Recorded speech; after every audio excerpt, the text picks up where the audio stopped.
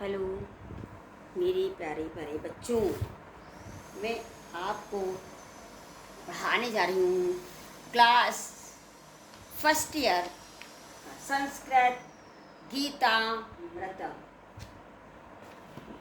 तो ये है आपकी क्लास में जो कुछ श्लोक दिए हुए हैं उसका मैं आपको अर्थ बताती हूँ। तो पहले हम इसको पढ़ेंगे तभी हम आपको इसका अर्थ बताएंगे। तो सबसे पहले हम इसको पढ़ना शुरू करते हैं। तम तथा कृपा विष्टम श्रु पूर्णाम कुलेक्षणम विषीदंतम इदम वाक्मुवाच मधुसूदनः। देखिए संदर्भ लिखते हैं, आपको एक संदर्भ बताएंगे और सब में आप उसी का प्रयोग करेंगे। तो संदर्भ कैसे लिखेंगे? प्रस्तुत श्लोक हमारी पाठ्य पुस्तक संस्कृत दिग्दर्शिका के गीतामृतम नामक पाठ से ली गई है या अवतरित है, कुछ भी लिख सकते हैं। अनुवाद देखिए, कृपा विष्टम का होता है करुणा से पूर्ण, अश्रुपूर्णा कुलेक्षणम, अश्रुपूर्ण आकुल और इक्षणम, आंसुओं से भरे हुए व्याकुल नेत्र वाले। विषीदंतम का अर्थ होता है दुखी होते हुए, और मधुसूदनामित होता है श्री कृष्ण। तो इस प्रकार करुणा से पूर्ण, किससे?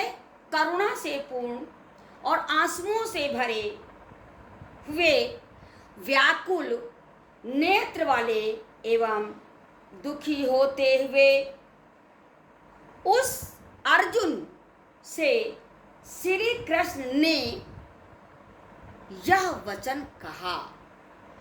आप दूसरा जब पढ़ेंगे तो आपको पता लगेगा उन्होंने क्या कहा था। कैलव्यम माँ स्मा गमा पार्थ न तत्वोप पद्यते क्षुद्रम हृदय दौर्बलम तत्व उत्तिष्ठ परंतम। तो देखिए उन्होंने कहा न, कैलक मीन्स होता है न पुंसकता, माँ इसमा तू मत प्राप्त हो, पार्थ मीन्स होता है हे अर्जुन। तो तत्व उत्तिष्ठ मतलब त्याग कर, मतलब उठकर बैठो या खड़े हो जाओ। परतम मतलब शत्रुओं को ताप पहुंचाने वाले हे अर्जुन। तो क्या अर्थ है इसका? हे अर्जुन कैलब माँ स्मा गमा, तू नपुंसकता को मत प्राप्त हो और यह तेरे लिए उचित नहीं है। हे शत्रुओं को ताप पहुंचाने वाले हे अर्जुन, तू हृदय की क्षुद्र दुर्बलता को त्याग दे। क्षुद्र हृदय बलम मतलब उसको त्याग दे और युद्ध करने के लिए तू खड़ा हो जा। ठीक है, आप देखिए तीसरा इसका क्या है? अशोच्यानन्वो शोचस्त्वं प्रज्ञावादाश्च भाससे गतासून गताशोच नानुशोचन्ति पंडितः। अब आप देखिए फिर श्री कृष्ण जी अर्जुन से क्या करते हैं कि अशोच, शोक न करने योग्य, और प्रज्ञावादनम बुद्धिमानों के वचनों को। तो वो क्या समझाते हैं अर्जुन को?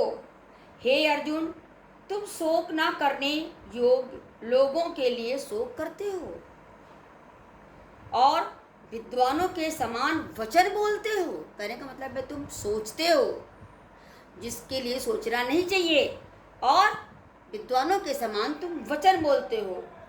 पंडित लोग मृत अथवा जीवितों के लिए शोक नहीं करते। किसके लिए? मर जाते हैं और या जो जिंदा रहते हैं उनके लिए शोक नहीं करते हैं।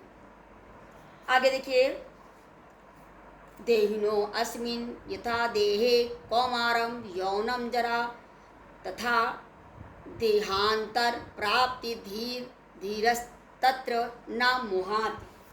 मतलब देह मतलब आत्मा, देह शरीर, जरा मीन्स होता है बुढ़ापा, देहांतर मीन्स बताओ दूसरा शरीर, धीर होता है धैर्यवान, मोहाति मीन्स मोहित होगा, न माने नहीं। तो जिस प्रकार प्राणी के इस शरीर में कुमार अवस्था आती है, युवा आती है, फिर बुढ़ापा आता है, उसी प्रकार प्राणी को दूसरे शरीर की प्राप्ति भी होती है। धैर्यशाली व्यक्ति इस विषय में मोह नहीं करते। मतलब यदि व्यक्ति मरता है तो उसका दूसरा जन्म भी होता है, इसलिए इस शरीर से मोह नहीं करना चाहिए। नेक्स्ट देखिए, एन वेति हंतारम यशचनम मन्यते हतम उभौतो न विजानीतो नायम हंति न हन्नते। देखिए, मनुष्य को, जो मनुष्य होता है वो सोचता है कि मैंने व्यक्ति को मार दिया, मर गया, खत्म हो गया। लेकिन जो व्यक्ति ये सोचता है कि आत्मा को मार दिया, वो गलत है। क्यों? आत्मा को मारने वाला जो समझता है और जो उसको मरा हुआ समझता है, ये मानता है, वे दोनों ही नहीं जानते या आत्मा ना मरती है ना किसी के द्वारा मारी जाती है। आत्मा अमर और अजर है, इसलिए आत्मा को कोई मार नहीं सकता। हाँ, आपके शरीर को व्यक्ति खत्म कर सकता है। तो ये था हमारा आज का टॉपिक गीतामृतम, जो आपको बहुत अच्छी तरह समझ में आ गया होगा। थैंक यू मेरे प्यारे बच्चों।